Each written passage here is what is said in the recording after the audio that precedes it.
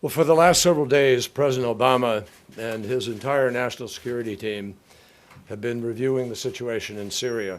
And today I want to provide an update on our efforts as we consider our response to the use of chemical weapons. What we saw in Syria last week should shock the conscience of the world. It defies any code of morality. Let me be clear. The indiscriminate slaughter of civilians, the killing of women and children and innocent bystanders by chemical weapons is a moral obscenity. By any standard, it is inexcusable, and despite the excuses and equivocations that some have manufactured, it is undeniable. The meaning of this attack goes beyond the conflict in Syria itself. And that conflict has already brought so much terrible suffering. This is about the large-scale, indiscriminate use of weapons that the civilized world long ago decided must never be used at all, a conviction shared even by countries that agree on little else. There is a clear reason that the world has banned entirely the use of chemical weapons. There is a reason the international community has set a clear standard and why many countries have taken major steps to eradicate these weapons. There is a reason why President Obama has made it such a priority to stop the proliferation of these weapons and lock them down where they do exist. There is a reason why President Obama has made clear to the Assad regime that this international norm cannot be violated without consequences.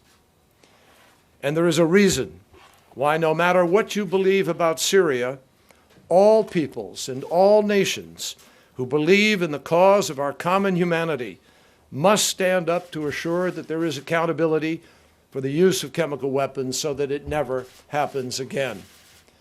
Last night, after speaking with foreign ministers from around the world about the gravity of this situation, I went back and I watched the videos that anybody can watch in the social media, and I watched them one more gut-wrenching time.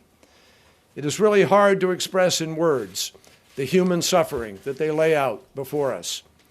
As a father, I can't get the image out of my head of a man who held up his dead child, wailing while chaos swirled around him.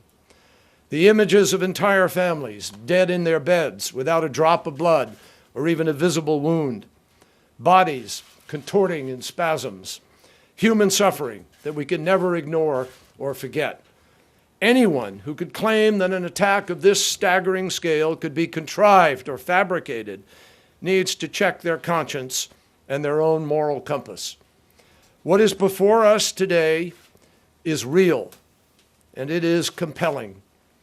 So I also want to underscore that while investigators are gathering additional evidence on the ground, our understanding of what has already happened in Syria is grounded in facts, informed by conscience, and guided by common sense. The reported number of victims, the reported symptoms of those who were killed or injured, the first-hand accounts from humanitarian organizations on the ground, like Doctors Without Borders and the Syria Human Rights Commission.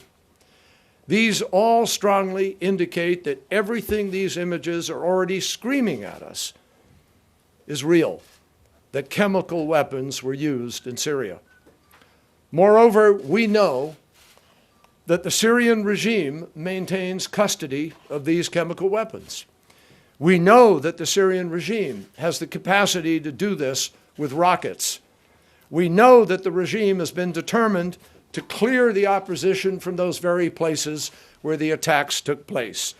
And with our own eyes, we have all of us become witnesses. We have additional information about this attack, and that information is being compiled and reviewed together with our partners, and we will provide that information in the days ahead.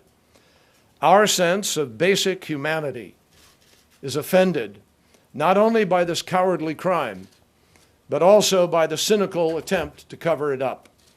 At every turn, the Syrian regime has failed to cooperate with the UN investigation, using it only to stall and to stymie the important effort to bring to light what happened in Damascus in the dead of night.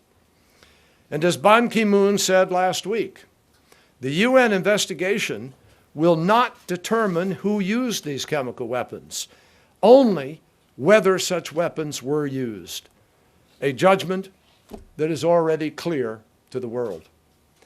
I spoke on Thursday with Syrian Foreign Minister Muallim, and I made it very clear to him that if the regime, as he argued, had nothing to hide, then their response should be immediate transparency, immediate access, not shelling.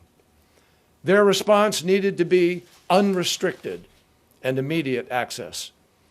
Failure to permit that, I told him, would tell its own story. Instead, for 5 days, the Syrian regime refused to allow the UN investigators access to the site of the attack that would allegedly exonerate them. Instead, it attacked the area further, shelling it and systematically destroying evidence. That is not the behavior of a government that has nothing to hide. That is not the action of a regime eager to prove to the world that it had not used chemical weapons. In fact, the regime's belated decision to allow access is too late, and it's too late to be credible.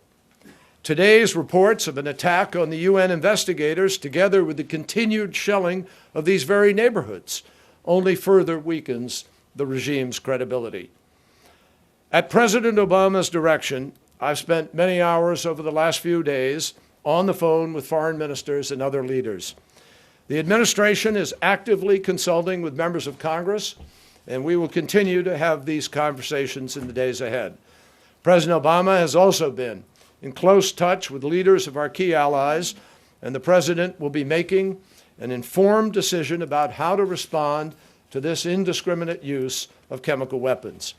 But make no mistake, President Obama believes there must be accountability for those who would use the world's most heinous weapons against the world's most vulnerable people. Nothing today is more serious, and nothing is receiving more serious scrutiny. Thank you.